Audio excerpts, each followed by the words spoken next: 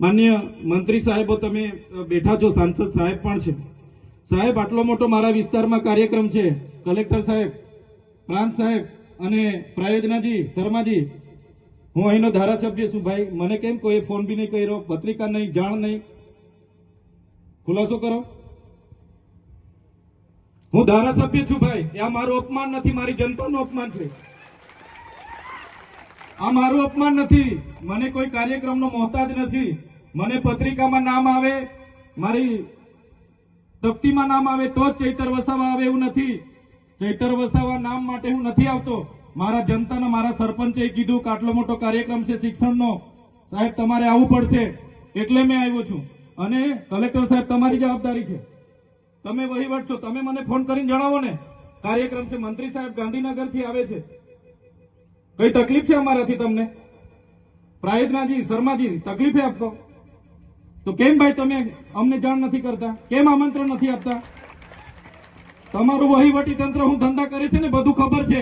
હમણાં મોદી સાહેબ આવ્યા હતા, ખર્ચો થાય ભાઈ, 8-10 કરોડ રૂપિયાનો ખર્ચો થાય.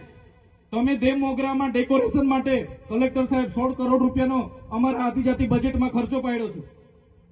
તમે ત્યાં મોદી સાહેબના મંડપના સ્ટેજ માટે 15 કરોડના ખર્ચા કર્યા છે. ટોયલેટ, મોબાઈલ ટોયલેટ માટે 2,40,000નો 2 કરોડ ને 40 લાખના તમે ખર્ચા પાડ્યા છે. નાસ્તા માટે 2 કરોડ ખર્ચા પાડ્યા છે. તમે ડોમ માટે 2 કરોડ ખર્ચા પાડ્યા, ચા માટે 2 કરોડ ખર્ચા પાડ્યા, બસ માટે 2 કરોડ ને 71 લાખ રૂપિયાનો ખર્ચો પાડ્યો. કેમ? અમે સવાલ પૂછીએ એટલે તમને નડીએ છે? તમારા મનમાં ધુમાડો હોય તો કાઢી નાખજો ભાઈ. બરાબર છે, આ જનતાના ટેક્સના પગારે આપણે બધા છે. આ જનતાના ટેક્સનો પગાર મને પણ મળે છે, તમને પણ. કલેક્ટરથી તલાટીથી લઈને કલેક્ટર સુધીના બધા તમે નોકર છો, અમે બધા સેવક છે.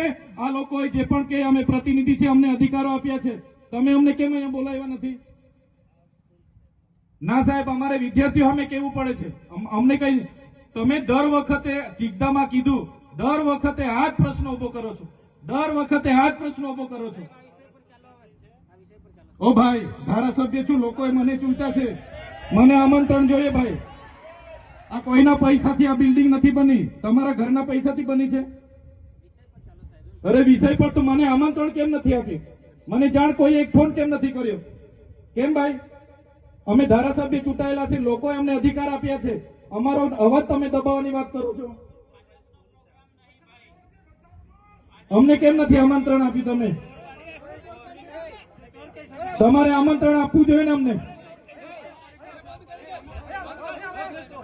ઓ ભાઈ, બંધ કરી દેવાડો, મારા અધિકાર છે ભાઈ. તમે આવો, બંધ કરી દે એટલે, બંધ કરી દે એટલે આમંત્રણ કેમ નથી? બંધ કરી દે એટલે, બંધ કરી દે એટલે, બંધ કરી દો એટલે આમંત્રણ આપવું જોઈએ ને તમારે.